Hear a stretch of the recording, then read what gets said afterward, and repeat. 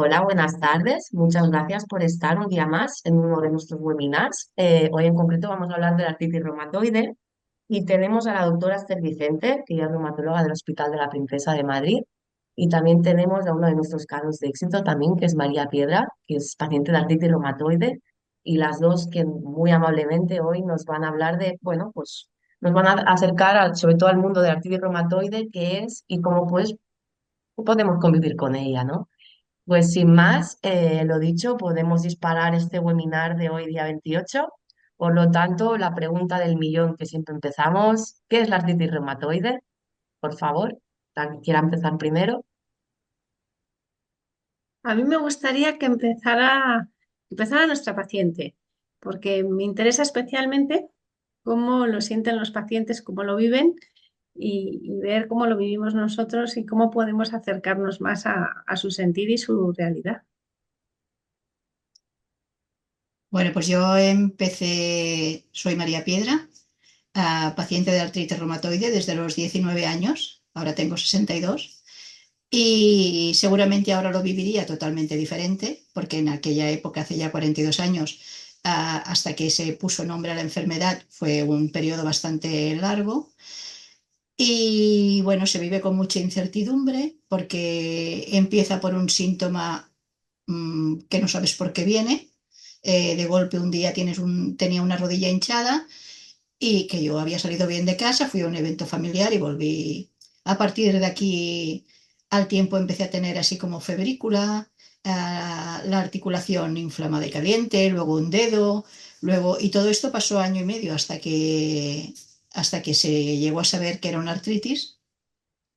Y bueno, yo seguía haciendo vida normal, pero con un sentimiento de enfermedad, porque no me encontraba bien, era una persona muy joven, estaba empezando a hacer mi círculo vital, empezando la universidad, y entonces me encontré con unos médicos que seguramente lo hacían con toda su buena voluntad, explicarme la realidad de lo que era en aquel momento una artritis reumatoide.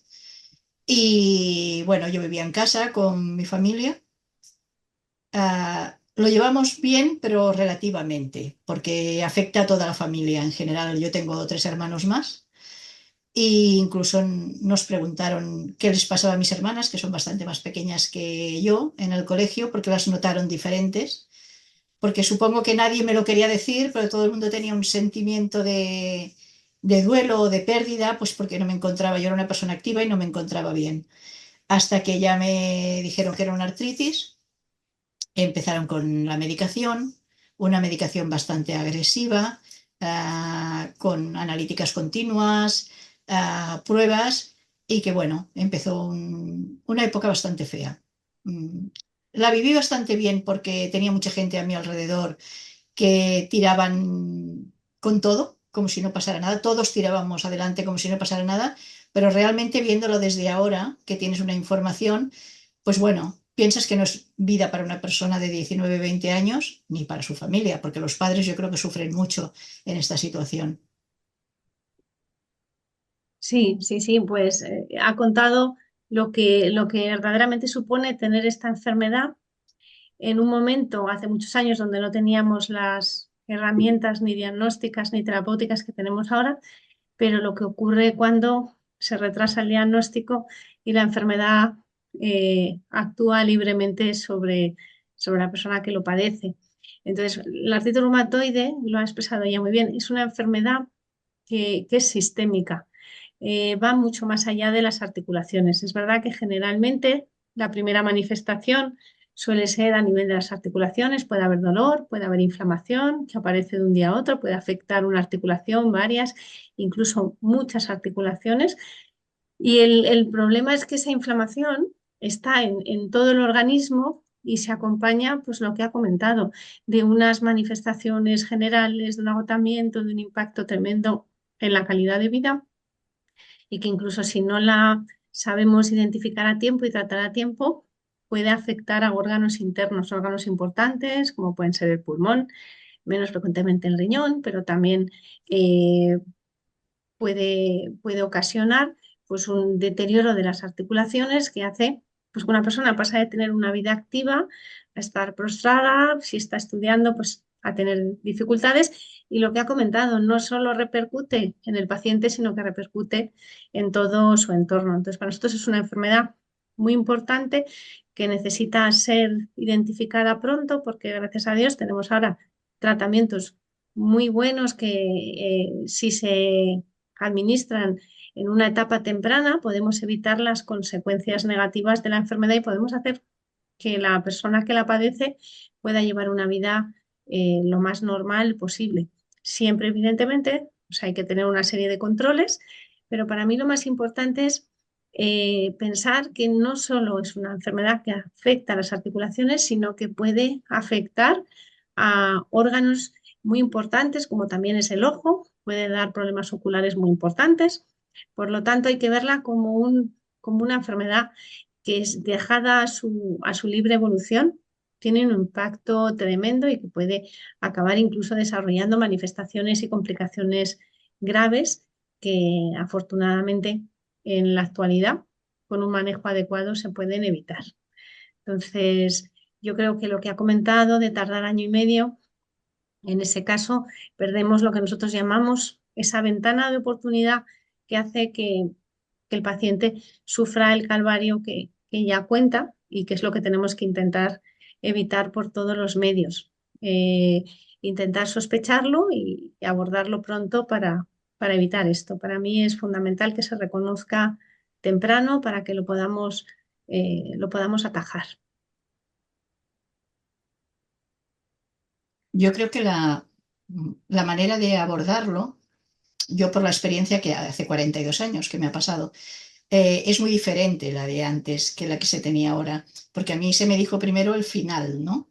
Pues que podía acabar en una silla de ruedas, de hecho, tengo muchas deformaciones en los pies, en las manos, las rodillas, en general, ¿no? Porque claro, cuando llegaron tratamientos que eran más efectivos, yo ya llevaba 20 años con la enfermedad, sí que había tomado sales de oro, que me produjeron muchos problemas, Sandimun, muchas cosas, muchas medicaciones que me producían problemas, pero lo primero que se veía es cómo acabarías.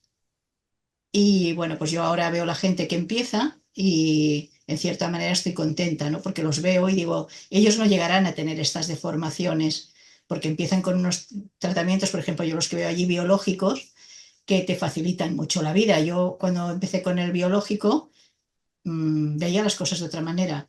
Todo y que no dejé de hacer mi vida normal, incluso estando un año, el segundo año de universidad, en cama un año entero. Yo acabé la carrera en mis 5 años porque tenía ganas de salir, de seguir adelante. Me casé, tuve hijos, todo como si no pasara nada, pero pasaban cosas. O sea, han pasado muchas cosas mientras. Muchas cosas. Sí, es clave. Es verdad que hemos empezado a tener estos tratamientos biológicos más o menos en torno al año 2000 y ha cambiado totalmente las perspectivas de la enfermedad. Yo he visto todo lo que ella cuenta, he visto todos esos tratamientos iniciales con una eficacia limitada, con mayor toxicidad y he visto el cambio y ha sido crucial. Y por eso es tan importante la investigación. O sea, en todas las enfermedades y en las enfermedades reumáticas en las que se afecta el sistema inmune y eso implica pues que puede haber lo que hemos comentado, complicaciones múltiples y mucho más allá de las articulaciones, pero que a nivel articular puede ser una enfermedad tremendamente agresiva, deformante, que causa una discapacidad muy importante y además la causa de forma temprana. Si no somos capaces de frenarla, la investigación es fundamental. Estos fármacos han cambiado la perspectiva, pero tenemos que seguir investigando porque todavía hay grupos de pacientes que incluso con estos fármacos no consiguen un control lo suficientemente adecuado de la enfermedad. Para nosotros, lo que queremos transmitir, eh, que lo transmitimos a los pacientes, a los médicos de cabecera, a otros especialistas, es que ante la sospecha de que hay una artritis que esté empezando, tienen que habilitarse todos los circuitos para intentar que ese paciente pueda ser valorado pronto, se pueda llegar a un diagnóstico lo más temprano posible y sobre todo un tratamiento, porque es verdad que muchas veces tenemos cuadros clínicos que a lo mejor no le podemos poner al inicio ese apellido de artritis reumatoide, pero sí sabemos que es una artritis crónica que se mantiene, que está activa y que tenemos que poner tratamiento, aunque no tenga ese apellido inicial y luego con el tiempo podamos llegar a ponerle un apellido. Pero lo importante es evitar esas consecuencias de la enfermedad. Y para mí es muy importante, por tanto, seguir muy de cerca esa investigación para tener nuevas herramientas terapéuticas y también nuevas herramientas diagnósticas. Es verdad que en estos años hemos incorporado en nuestra práctica clínica herramientas que nos ayudan mucho. Por ejemplo, la ecografía es una herramienta que a nosotros nos ayuda muchísimo en la consulta cuando viene un paciente con dolor, que a lo mejor la exploración física no es muy sensible, no notamos nada y sin embargo con la ecografía somos capaces de ver que hay inflamación, herramientas como la resonancia magnética, que han superado con creces lo que podía ver una radiografía, porque antes pues teníamos unas herramientas diagnósticas también mucho más limitadas. Y luego una parte que me parece fundamental, pues es esa experiencia que está contando esta paciente, porque hay veces que aunque parezca mentira, una persona cuando tiene estos problemas y empieza, muchas veces son mujeres jóvenes, muchas veces están en un momento en el que están deseando formar una familia, tener hijos, y aparece esta enfermedad y hablamos de tratamientos, muchas veces hay miedo a estos tratamientos y eso hace que a lo mejor no consigamos ponerlos lo rápido que nosotros quisiéramos, ¿no? Y entonces, esta experiencia que pueden aportar los pacientes que han vivido otras épocas y que saben lo que puede pasar cuando la enfermedad no se controla a tiempo, es decir, todas las asociaciones de pacientes y los pacientes expertos, esa ayuda que pueden dar a esos pacientes que están empezando con una enfermedad, con toda la limitación y el miedo que ocasiona tener pues, un diagnóstico de este tipo, también son de gran ayuda. Para nosotros es una gran ayuda para animar a esos pacientes que a lo mejor en ese momento de miedo de primeras pueden rechazar un tratamiento o piensan que esta enfermedad puede no ser tan agresiva, ¿no? Entonces yo creo que ese cambio en conjunto y todo lo que ayude a que nosotros podamos llegar a ese diagnóstico y a ese tratamiento más temprano es lo que está cambiando la perspectiva y está haciendo pues que los pacientes puedan tener una vida lo más normal posible, que es nuestro objetivo, que no haya destrucción articular, que no haya deterioro, que puedan recuperar su vida, que puedan hacer su vida personal, su vida laboral, su familia. Ese es el objetivo, que no tengan dolor, que ese cansancio que está asociado a esos brotes, a ese inicio de la enfermedad, intentar mejorar esos síntomas y también dar esas herramientas, pues porque, bueno, pues porque es muy importante saber afrontar y poner esa actitud positiva. A mí me maravilla, ¿no? En una situación como la que comenta, sigue su carrera, hace su vida, pues eso es fundamental, ¿no? El no perder la esperanza y el mantenerse lo más activo posible, porque la actividad física y la actividad mental y el ánimo también juegan un papel fundamental a la hora de abordar cualquier proceso crónico como pueden ser las artritis. Eso es muy importante.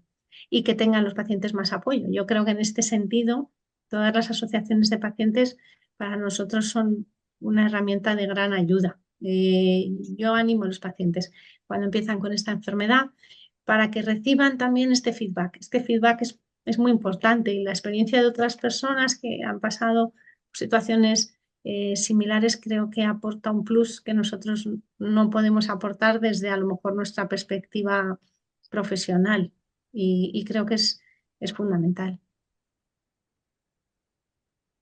Yo creo que para mí fundamental el despegar, lo primero es el apoyo de mi familia y de mi marido, Claro, que eso es muy importante porque te sientes muy arropado y muy cuidado, aunque luego tienes que despegar tú y decir, ahora tienes que ir tú adelante porque, claro, bueno, pues ya tienes que tirar adelante. Tienes, en lo que se refería a los tratamientos, yo entiendo los miedos estos de aplicar los tratamientos, porque yo he pasado por esta época de encontrarme con que sí, me encontraba muy mal, pero no quería tomarme según qué cosas. Lo primero porque quería tener a mis hijos primero, lo segundo, hay gente que me ha entendido, hay gente que no. Y lo más importante que encontré, aparte de que he encontrado médicos que me han ayudado mucho, supongo, con los que me he entendido y con los que no. porque llegó un momento, siempre no puedes tener una unión con una persona que te entiendas, que hables el mismo vocabulario, porque los médicos tienen unos conocimientos que tú no tienes, pero claro, hay que saber entenderse. Y yo he tenido que llegar a cambiar de médicos porque, bueno, pues porque no, simplemente no me entendía o mi manera de ver las cosas no. Y llegué a encontrar un equipo de médicos, de enfermeras, que me dijeron, primero vamos a hablar y luego seguimos. Y ahí fue abrir la puerta al todo. Y no es vamos a hablar solo contigo, que venga tu marido también hablamos. Ujú. Y hacer casi como una amistad. O sea, como decir, bueno, nos vamos a hablar como médico y paciente, pero si tú tienes alguna cosa que decir, pues también me lo dices, o porque a veces no hablas solo de medicina cuando vas a la consulta, hablas de otras cosas que te preocupan y muchas veces me ha pasado decir, María, vamos a cambiar de tratamiento, te vamos a poner metrodexato, por decir algo, ah, y decir, yo sé que para un médico es difícil, decir, yo me lo tengo que pensar. Bueno, pero Es muy habitual. ¿cómo que te lo tienes que pensar? Sí, sí, me lo tengo que pensar. Necesito un mes para pensármelo. Yo ya, cuando ya empecé a tomar estos tratamientos así más específicos, ya estaba muy deformada, porque la deformación fue toda al principio. En los 5 primeros años fue una deformación de manos, pies, rodillas, todo, pero brutal, o sea, muy, muy agresivo. Y entonces luego ya siempre partíamos a positivo, o sea, solo podíamos ir a un poquito mejor. Y entonces me sentí muy acompañada.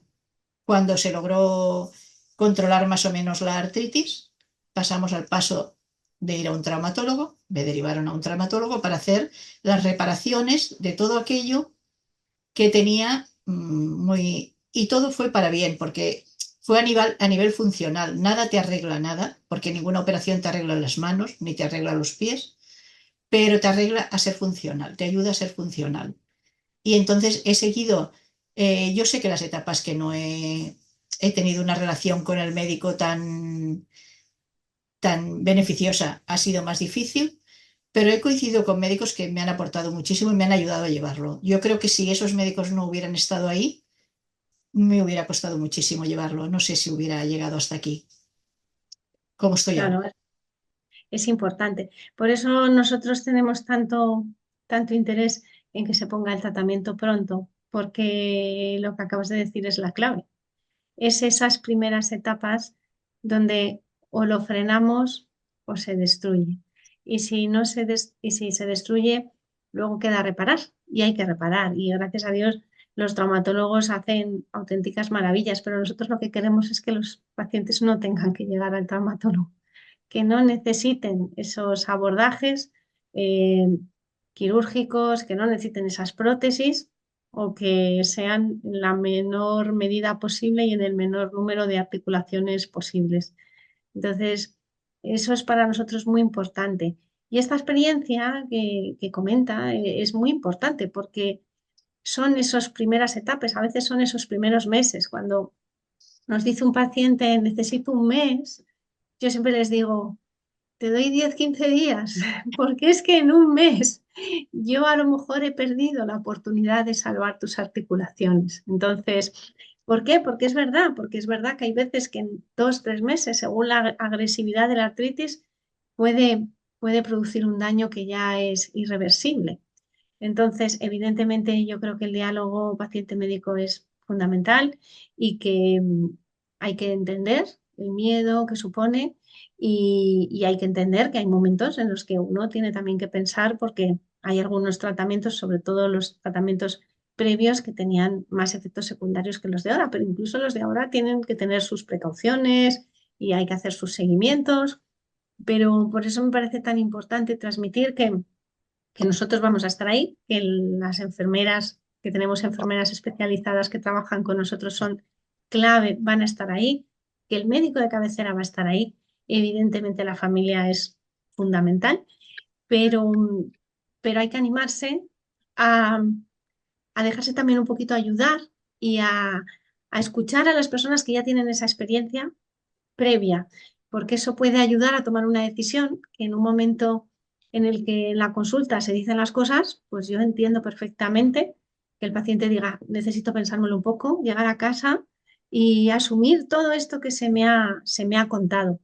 Pero mi petición a todos los pacientes es cualquier duda que la pregunten. Ahí estamos los médicos, los pacientes, los especialistas, los médicos de cabecera.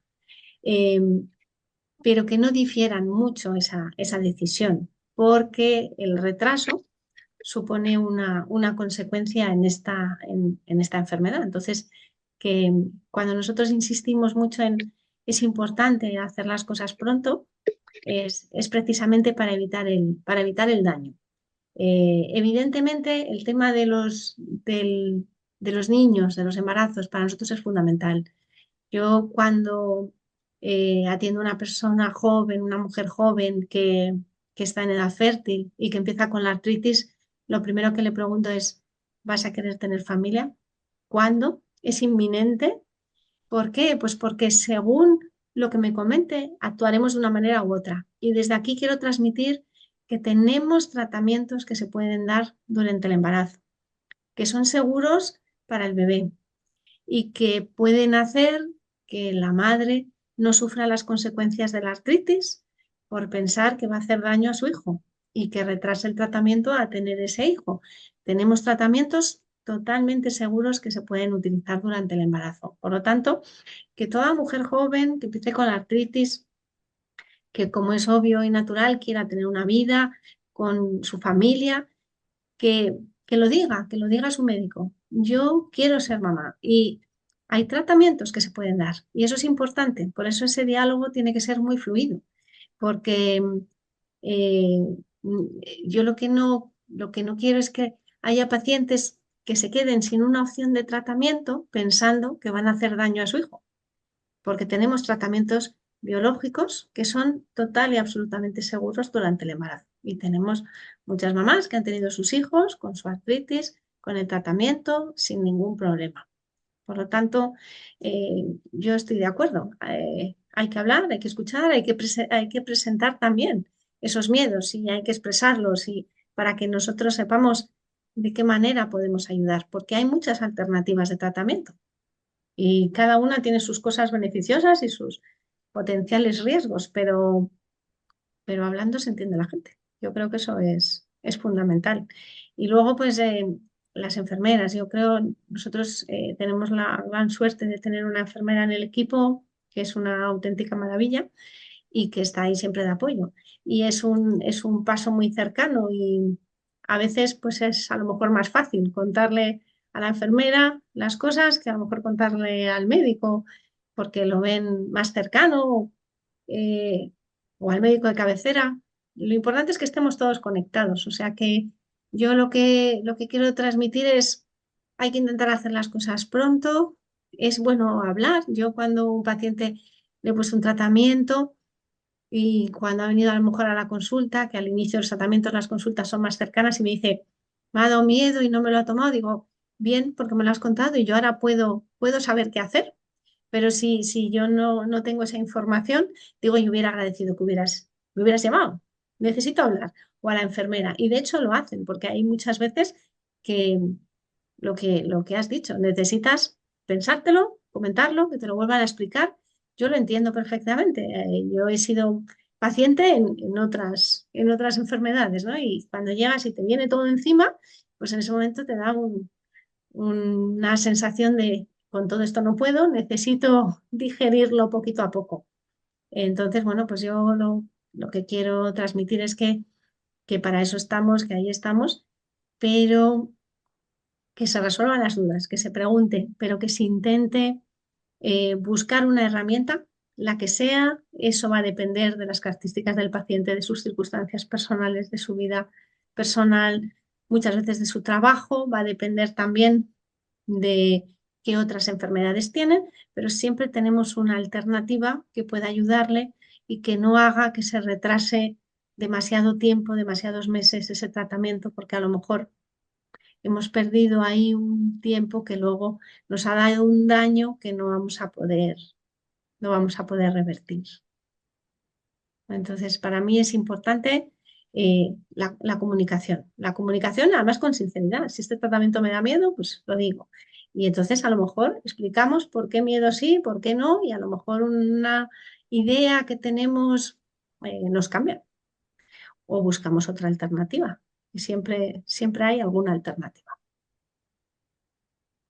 Ya, lo que pasa es que yo creo que al principio los miedos no son solo las medicaciones. En el fondo tú te estás planteando esta enfermedad, hablando en el plan de tener un hijo, ¿no? ¿Se la voy a pasar a él? Esto va a ser un Eso problema. es, Y eso te hunde porque piensas, ¿de qué voy a ser culpable? Que no eres culpable de nada, ¿no? Luego lo ves y no eres culpable de nada, pero tú lo piensas. Y entonces piensas, si encima tomo medicación, va a ser mucho peor. Yo he tenido 2 embarazos y he podido comprobar que en el primero, que estaba mucho más alejada de un tipo de médico que me asesorara correctamente, porque no era partidario de que tuviera un hijo o porque no tomé nada. Entonces tuve a mi hijo. Fue tener a mi hijo, porque en los embarazos tengo que decir que me he encontrado bastante mejora un bien, poquito. Mejora muchísimo. un poquito. Y Sí, mi médico de referencia que he tenido después me decía, ya, pero siempre embarazada no se puede estar. No tomé ningún tipo de medicación, no tomé medicación al principio después de tenerlo, con lo cual yo que pesaba 45 kilos, un bebé para que pudiera tomar el pecho tampoco me tomaba nada, fue un fracaso total para mí. Yo, yo me lo viví para externamente muy bien, pero internamente no.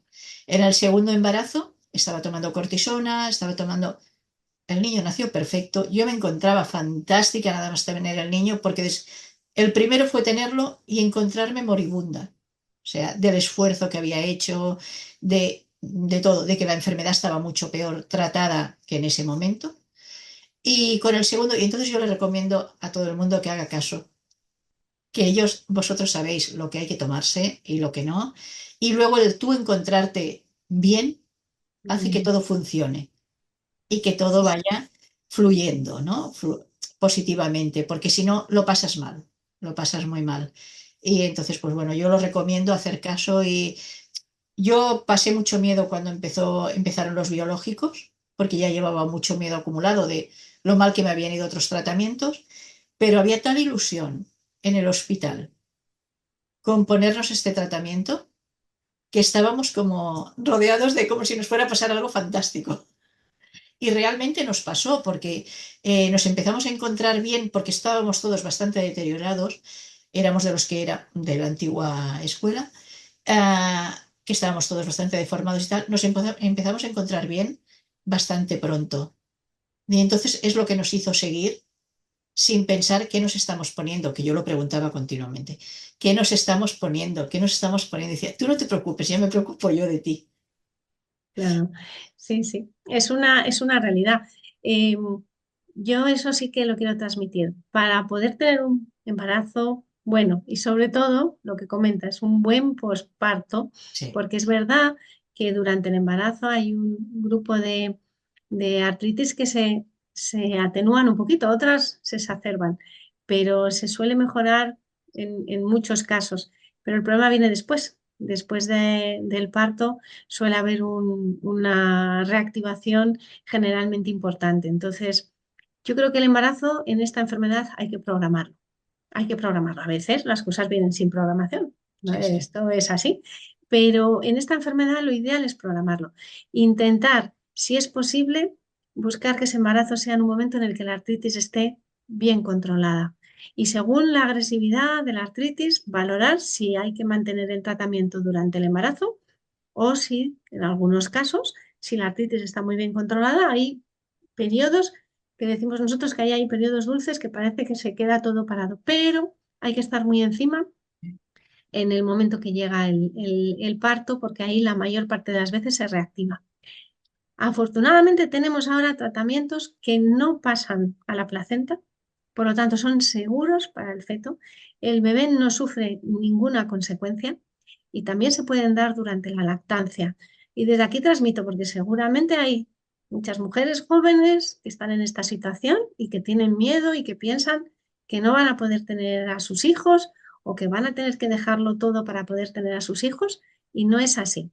Si alguna mujer quiere tener a un hijo y está ahora mismo con tratamientos de los que no podemos mantener durante el embarazo, como puede ser el metotrexato, como puede ser la leflunomida, que lo vaya diciendo ya a sus médicos, para que vayan programando ese cambio que permita que su artritis esté controlada y que se puedan ir retirando esos tratamientos que no se pueden dar durante el embarazo, para que cuando llegue el momento esté todo preparado.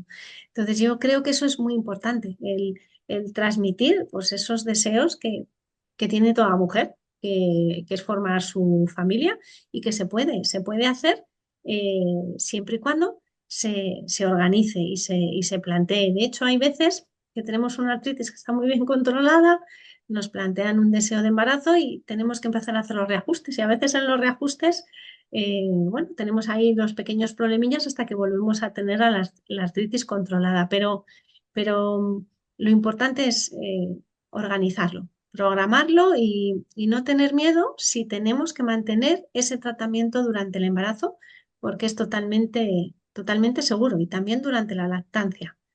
Y quien dice esto dice todo lo que tiene que ver con otras circunstancias. Es muy importante cuando estamos con esta enfermedad comentar si uno tiene que someterse a una cirugía, si tiene que haber algún procedimiento que pueda ser más invasivo, algún procedimiento diagnóstico, porque en estos casos tenemos también que tomar medidas y hacer pequeños descansos para evitar riesgos.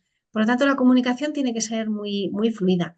Estamos intentando habilitar vías telemáticas con los médicos de cabecera, a través de la enfermera, las secretarias, mismamente en nuestras consultas, precisamente para que todas estas incidencias que ocurren a lo largo de la vida se puedan comentar y se puedan tomar esas medidas que hagan que tengamos menos problemas con los tratamientos y con la artritis. Porque pequeños descansos del tratamiento, si la artritis está bien controlada, disminuyen el riesgo y no van a tener un impacto.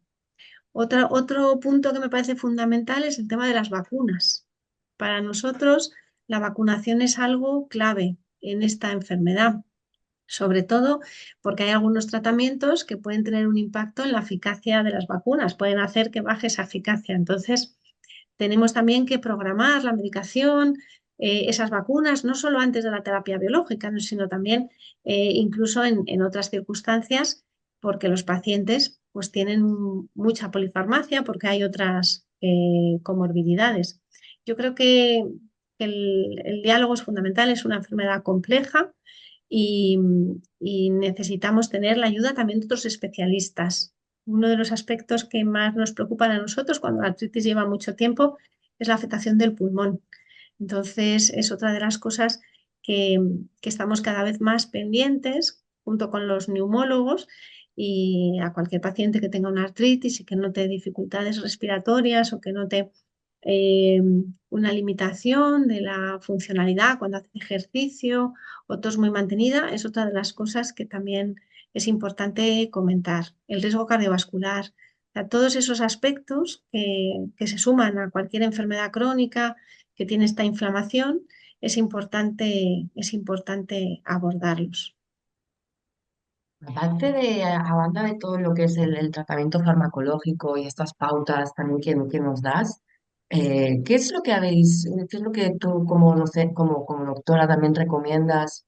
Y también qué otras herramientas o qué otras cosas que podemos hacer en nuestro día a día o mejoras que pueden ser más, bueno, un poco diferentes, ¿no? Para variar un poquito de lo que es también, porque claro, estamos hablando de una enfermedad que es multisistémica, de una sintomatología súper compleja y que abarca un mogollón de especialistas, ¿no? En ellos, por lo tanto, también me refiero a todo lo que puede ser el tema de la gestión emocional, ¿no? O lo que es el dolor y la fatiga, cuando ante esos brotes o cuando no estás en brote, ¿no? También, o si realmente la alimentación, pues realmente nos ayuda a evitar todo que haya ese, para que evitar que desencadene pues toda esta situación que estáis comentando. No sé cómo lo veis tanto María como tú, Esther, que nos podéis aportar en ese aspecto. Creo que hay dos o tres cosas fáciles que ayudan. Una es no fumar, por favor, que nadie fume. Con artritis reumatoide, por favor, no fumar. Porque no solo activa la enfermedad, sino que empeora nuestros vasos, nuestra oxigenación y puede hacer que se ataque ese pulmón, que eso es una cosa muy importante. Entonces, por favor, no fumar. La otra cosa es tener una vida activa. Buscar algún tipo de ejercicio, el que nos guste. Puede ser pasear, puede ser bailar, puede ser pilates, puede ser cualquier tipo de actividad física adaptada a los gustos y a las posibilidades de cada uno. Tener una buena alimentación, eso es fundamental, ¿eh? Tener una dieta adecuada, la famosa dieta mediterránea de la que cada vez nos estamos alejando más, pues hay que retomar esa dieta. Y luego, con el respecto al tema emocional, yo ahí creo que es fundamental lo que ha dicho María. La familia tiene que integrarse, la familia tiene que integrarse en todo este proceso porque va a ser el apoyo directo más importante, pero también esa vida social, esos amigos, esos compañeros. Es muy importante también que estén concienciados de lo que supone esta enfermedad. Y luego hay muchas actividades que pueden ayudar. Actividades como puede ser el tai chi, como puede ser el qigong. Hay grupos que están trabajando todo lo que es la respiración, el tema emocional.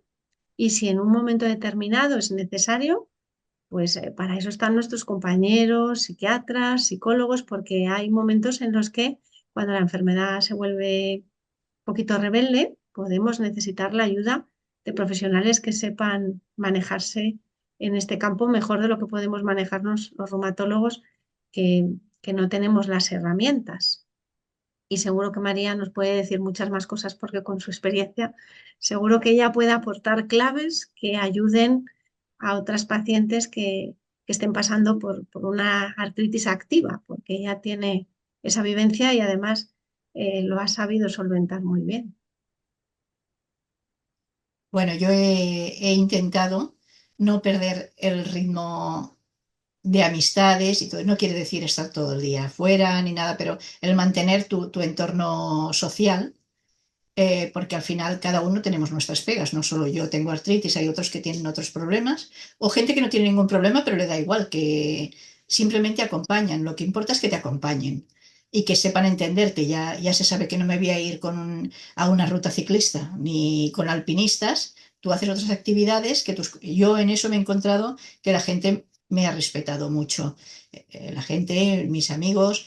A nivel emocional, luego también no he necesitado de momento psicólogo ni psiquiatra porque me encontré con unas enfermeras y unos médicos que me ayudaron a organizarme mentalmente, a aprender, a no tener miedo, porque en realidad lo que se tiene es miedo, miedo a peor. Y yo lo veo, ahora tengo 62 años y sí que me sale este miedo a más, porque dices, ya te acercas más a más mayor, a mejor no puedes ir, pero te puedes quedar igual y seguir haciendo una vida positiva.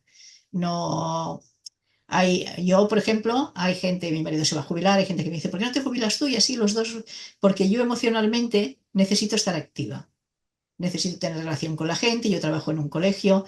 Y entonces necesito eso. Las enfermeras y los médicos me ayudaron pues a ver lo positivo, a hablar con ellos. Éramos un grupo cuando nos poníamos el tratamiento que nos seguimos viendo, incluso nos seguimos mandando algún mensaje porque hicimos amistad y ahora ya todos nos ponemos el tratamiento a la vez. Y entonces yo creo que eso es muy positivo. Luego empecé a conectarme con la Liga Reumatológica y empecé a hacer yoga. Me pareció una experiencia fantástica, me lo he pasado súper bien. Tuve que dejarlo porque tengo glaucoma, entonces me dijeron que dejara el yoga un tiempo porque no puedo bajar la cabeza y todo esto. Pero luego tenemos los grupos de ayuda mutua que me han parecido estupendos, porque allí hay días que nos reímos mucho y otros días pues que explicamos nuestras miserias, que todo el mundo tenemos miserias. Y entre todos yo creo que hemos llegado a hacer grupos muy, muy emotivos, que tenemos ganas de volver a hacer una charla.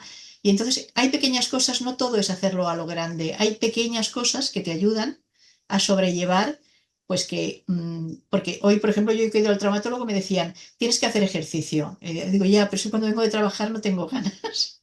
estoy cansada, no tengo ganas de hacer ejercicio. Pero bueno, poco a poco pues lo volveré a hacer y ya está, ¿no? Pero yo creo que emocionalmente acompaña la gente que vas eligiendo, porque los que no los dejas en el camino, la gente que no te aporta nada positivo, pues los vas dejando en el camino. Y yo creo, yo ya te digo, yo a nivel médico y de compañías y en la liga me he sentido muy a gusto, me siento muy a gusto con estas actividades que hacemos y todo eso. Sí, sí, La yo creo situación personal, también tengo que decir que he tenido una situación personal que me ha sido favorable, porque yo empecé cuando estaba estudiando, quise primero empezar a trabajar, estaba fatal físicamente, claro, no te cogían en ningún sitio, porque, a ver, ¿quién va a coger a una persona para dar clases que no está ni para llevarse a sí mismo? Bueno, pues lo entiendes, decides hacer tu familia y tirar adelante. He tenido suerte que he podido vivir sin trabajar un tiempo hasta que empecé a encontrarme bien y dije, no, yo mi ilusión era trabajar y conducir un coche y ahora me encuentro bien, ahora voy a hacer esto. Y en mi familia estaban pues contentos de que yo pudiera hacer eso, ¿no? De que pudiera, yo creo que mis hijos estaban contentos, mi marido también, de que pudiera trabajar porque me sentía como realizada. No es que el trabajo dignifique, pero tú encuentras cosas que puedes hacer. No todo es tú no lo puedes hacer, tú nunca lo podrás hacer. No, te sientes realizado. Y yo para mí eso ha sido muy importante. El poder hacerlo a mi ritmo, porque claro, he tenido una familia que me ayudaban con los niños, he podido estar en casa con ellos, con lo cual el cansancio no es el mismo que una persona que llega del trabajo con una artritis y se tiene que poner con dos niños pequeños. Entonces yo creo que eso también ha sido muy favorable. Hay gente que no lo puede llevar de esta manera. Por eso todo el mundo no lo puede llevar igual. Yo creo que una persona con artritis, volver a casa de trabajar y enfrentarte a un día a día es muy duro. Es muy duro. Yo conozco gente que lo ha hecho y es muy duro. Por eso yo agradezco lo que me he encontrado por el camino, ¿no? Lo que me he ido encontrando, las facilidades que me he ido encontrando. No solo tú tienes que ser positivo, te tienen que ayudar a que puedas ser positivo. sí, sí, sí. Eso es clave. Y yo creo que los grupos y las ayudas que hay en las asociaciones son fundamentales y además se comparten experiencias, ¿no? Y yo creo que yo en el tema de lo que comenta ella, yo he vivido lo de las unidades de infusiones cuando empezaron estos tratamientos y intentamos aportarlos, que además en ese momento eran solamente intravenosos, los primeros que salieron eran intravenosos, entonces había salas llenas de pacientes y ese rato, porque eran más o menos 2 horas, entre que se preparaba podía ser 2 horas y media, incluso a veces un poquito más, ese rato les venía muy bien porque ahí podían hablar y podían intercambiar opiniones y resolver dudas y miedos. Y me acuerdo que en aquella época dábamos un material de información para que en ese rato pudieran leerlo y nos dieran su opinión y lo comunicaran, ¿no? Yo creo que esa es otra de las claves, que el paciente esté informado. Que el paciente esté informado, pero esté informado en positivo, no lo que comentaba María, que cuando empiece la enfermedad le digan, te va a pasar esto, o tienes altas posibilidades de que te pase esto, no vas a poder, no vas a poder, hay que hacerlo justo al revés. Decir, esta enfermedad puede tener una serie de problemas, pero si la atajamos pronto, si la tratamos pronto, podemos evitarlos y vas a poder hacer una vida normal. Y yo creo que eso es lo importante, ¿no? Saber qué cosas puede producir la artritis para que si pasan rápidamente las identifiquemos y podamos abordarlas, pero verla desde una perspectiva positiva porque con tratamiento las podemos evitar. Pero yo creo que la información, todas estas sesiones que se hacen de información, yo creo que son importantes, son muy útiles, porque si el paciente está informado y sabe lo que es importante, lo que se puede hacer, ve las cosas con otra esperanza. Y yo creo que tener esa perspectiva de que las cosas las podemos cambiar ayuda mucho. Si no, el ánimo se viene abajo. Entonces, lo que hay que transmitir desde aquí es que, bueno, mejor no tener una artritis, obviamente, mejor no tener ninguna enfermedad, pero como las enfermedades surgen, lo importante es que tenemos tratamientos y que las podemos frenar y que para eso tenemos que verlo pronto y cualquier herramienta que podamos utilizar y cualquier apoyo, nos va a ayudar a conseguirlo. O sea que yo, cualquier cosa que pueda ayudar a los pacientes y que les haga sentir mejor, a mí me parece fantástico. A cada uno, lo que ha dicho María, tiene que buscar también, según su forma de ser, su forma de sentir, un poquito su manera, porque cada uno encontrará ese apoyo de distinta manera. De todas maneras, yo opino, no sé, usted a nivel médico, porque yo tengo desconocimiento total, no se puede ver la artritis igual ahora que hace 42 años. No, La no, no, perspectiva de los médicos no podía ser la misma.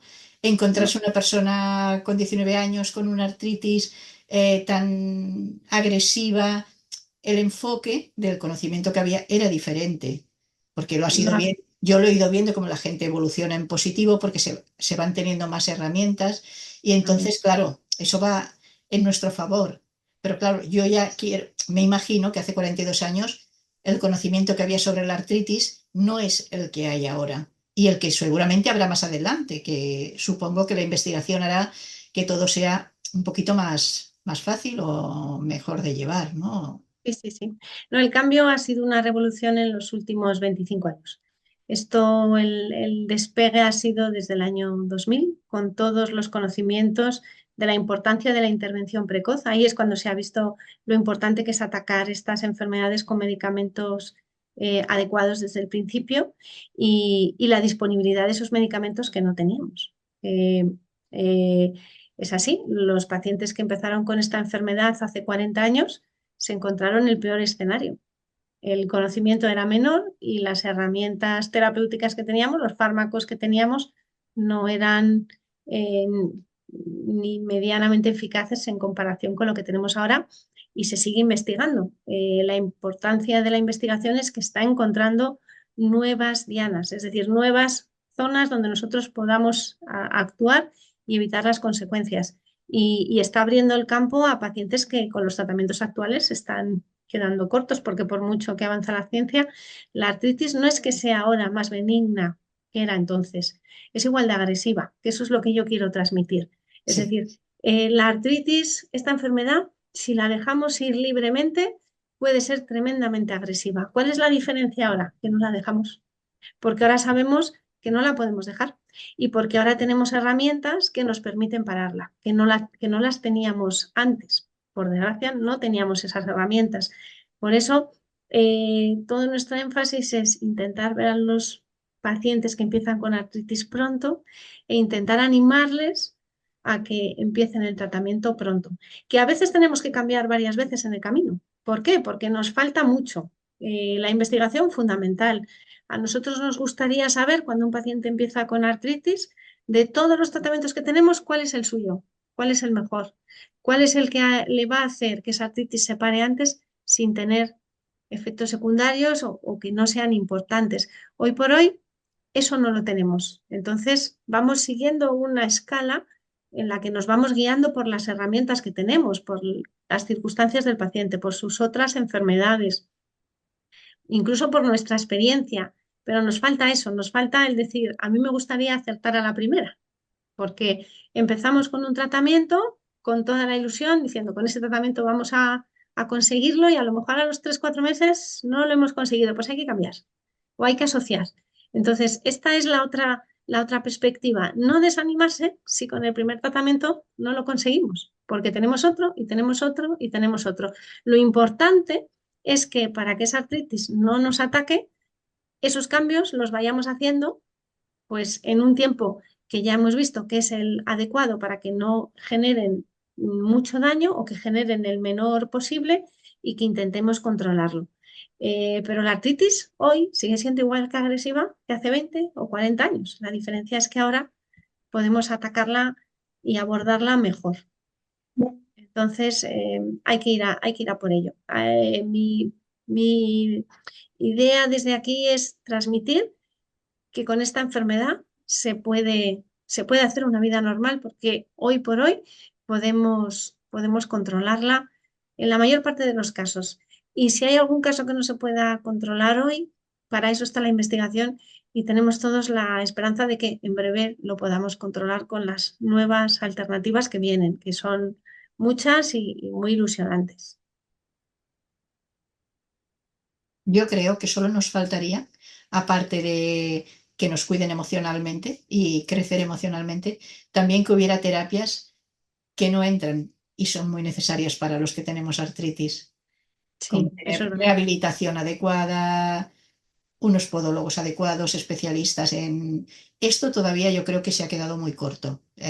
Yo pienso así, ¿no? Que todo es mucho más lento de lo que tú necesitas cuando tienes un problema articular, que a veces con una buena rehabilitación sería más fácil, pues llega tan tarde que no es fácil. Y yo creo que aquí todavía no hemos llegado. La prestación social esta todavía no nos ha llegado, creo yo. Totalmente de acuerdo. Necesitamos ayudas para los cuidados dentarios, que son fundamentales en esta enfermedad.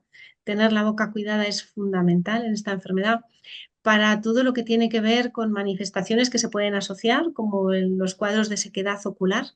Las lágrimas son carísimas y no tienen un soporte adecuado, las lágrimas artificiales, las terapias de rehabilitación, las ortesis, todas esas herramientas de ortopedia que en momentos puntuales o incluso ya si hay alguna secuela tenemos que utilizar de continuo, efectivamente. Ahí hay que seguir peleando y yo desde aquí os animo a vosotros porque cuando nosotros peleamos por eso, si estáis vosotros ahí, la administración nos hace mucho más caso, porque los pacientes ahí son clave para que la administración se convenza.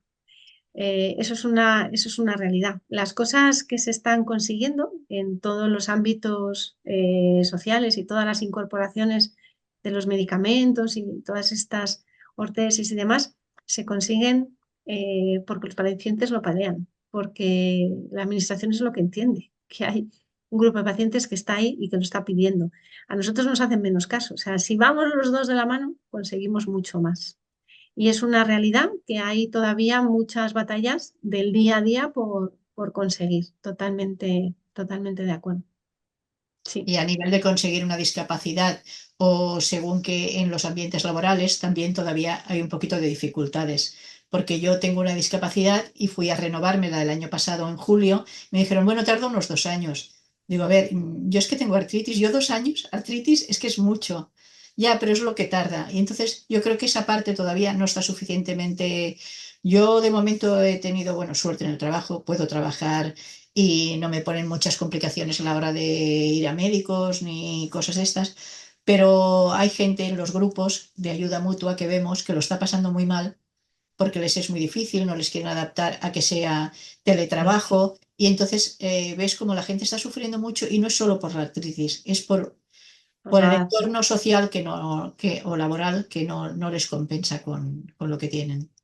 Sí, ese es un punto clave que a nosotros se nos escapa y que hoy por hoy es verdad que necesitaría una legislación de soporte, porque al final ahora mismo las circunstancias están que dependen de la buena voluntad de, de Sí. los que coordinan ese trabajo, ¿no? Entonces ahí ya depende, como decías, de la suerte, de tener pues, un superior que lo entienda y que lo admita y que lo adapte, ¿no? Hay trabajos, es verdad, que también es muy difícil adaptarlos, pero hay otros trabajos en los que se podrían hacer muchas más cosas y a veces no hay esa sensibilidad en los responsables laborales y eso hoy se tendría que resolver con una legislación que ayudara más a los pacientes. Eso es una realidad, porque ahora dependemos muchas veces de la buena voluntad de las personas que coordinan los trabajos. De Y a la ahí, hora de las discapacidades también El no tema de se la valora la rapidez de la intervención, que sería muy importante. Sí, con el tema de la discapacidad, eh, nosotros lo vemos desde lo que nos aportan los pacientes, porque nosotros podemos aportar esa información en los informes, intentamos ayudar, pero luego es verdad que hay tal volumen que la administración tiene un tapón tremendo. Sí, eso es la Aparte, realidad. yo creo que la artritis es una enfermedad bastante desconocida a este nivel, a nivel de discapacidad. No sé si es desconocida o poco valorada el nivel de vida que te hace llevar una artritis. porque no siempre es igual, no es lineal. Una artritis tiene puntos álgidos, puntos bajos, y yo creo que eso no está realmente reconocido. No, yo creo, vamos, no me he dedicado nunca al daño corporal. Esto, todas estas valoraciones son valoradores del daño corporal y ellos realmente la percepción que estamos teniendo desde fuera es que se están centrando más en los casos en los que ya no ven alternativa, ¿no? Y entonces, efectivamente, no se contempla esa situación puntual en la que hay un brote y a lo mejor en ese periodo del brote hasta que la artritis vuelva a estar controlada, eso no se contempla más que desde una perspectiva a lo mejor de una incapacidad temporal, pero no se contempla tanto como a una cosa más a medio plazo. Es una realidad. Es difícil ese aspecto de resolver. Pero bueno, se están haciendo avances. Y luego a lo mejor no hay ese recurso a nivel nacional, pero luego a nivel local sí que hay ayudas. Entonces yo sí que sé que a nivel de ayuntamientos y a nivel de comunidades autónomas hay muchos recursos que sí contemplan estas ayudas a personas que están teniendo limitaciones que no llegan a tener ese umbral de ser consideradas una discapacidad mayor por los organismos de valoración de la discapacidad.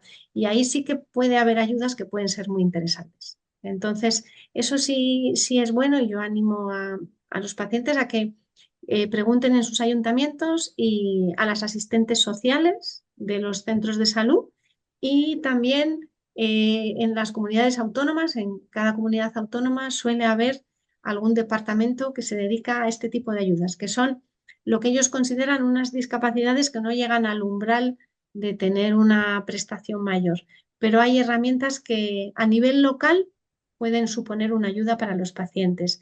Y yo ahí sí que animo los que más información tienen, porque es verdad que estas herramientas cambian mucho a lo largo del tiempo, son los asistentes sociales de los centros de salud. Y sí que animo a cualquier persona que tenga artritis y que tenga esos momentos en los que se encuentra discapacitado, aunque sea temporalmente por el problema de la actividad, siempre está el médico de cabecera que puede valorar si hay una incapacidad, una baja temporal, pero aparte de esas bajas que pueden ser necesarias en los momentos en los que decimos ahora el paciente tiene que estar descansado para que todo vaya mejor y el tratamiento vaya actuando más, en el ámbito local puede haber ayudas y eso yo animo a hablar con los asistentes sociales del ambulatorio. Sí, pero de ahí es la importancia, ¿no? Que ahora igualmente ha sido tan intenso que nos hemos pasado de tiempo, pero me alegra que remarque esta parte, doctora, porque sí que es verdad que si no reflejamos lo que es el impacto de lo que es en nuestra vida diaria, el impacto de lo que es social, de lo que es convivir con este tipo de enfermedades, difícilmente va a haber investigación, difícilmente va a haber legislación, ¿no? Entonces, la importancia también de asociarse, de llegar a un grupo que comparta las mismas dolencias, necesidades que tú, para así poder, pues bueno, generar esos números, no también, y también sobre todo a nivel personal, para que la persona también, a ver, cada persona tiene su ritmo, es un camino individual, se puede convivir, cada persona tiene sus tiempos, lo que sí que está claro es que cuando lo haces sola, o cuando no tienes toda la información, pues siempre es más complicado, ¿no? Y más un lugar como el nuestro, que es una asociación con un histórico de muchísimos años, también con un montón de doctoras y doctores colaboradores, pues información empírica, veraz, científica, contrastada, de la mano de personas como usted, doctora, un poco la experiencia de María, ¿no? Que lo ha vivido en sus carnes y convive con ello día a día. Eh, Muchísimas gracias a las dos de verdad, porque ha sido espectacular, ha sido genial, muy didáctico. Y nada, si nos queréis dar unos segundos de recomendación o de esperanza, ¿no? Hacia las personas que convivimos con una o más enfermedades reumáticas, allá es vuestro breve, cortito, sí, porque es verdad que nos hemos pasado de tiempo, pero pudierais decir algo también, aparte de Sí. gracias. Yo, gracias a vosotros por permitir que nos acerquemos, que todo esto es muy beneficioso para los pacientes, pero también para nosotros. Nos abre los ojos y nos ayuda a implicarnos más y a ser mejores profesionales. Yo lo que quiero transmitir es que no se tenga miedo, que no se tenga miedo a la enfermedad, que no se tenga miedo a los tratamientos, que se acerque uno a su médico, tanto al especialista, al médico de cabecera, como a todos los recursos que tengamos para intentar entre todos mejorar. Y, y lo antes posible, eso sí, que el miedo no evite que podamos hacer algo que sea beneficioso, que para eso estamos allí, para escuchar y para buscar una alternativa. Qué bien, gracias. María, Bueno, yo nada más os mando saludos, muchas gracias a todos y os recomiendo que compartáis vuestras experiencias, como en los grupos de ayuda mutua o la Liga Reumatológica, porque aporta mucho beneficio. Muchas gracias. Gracias.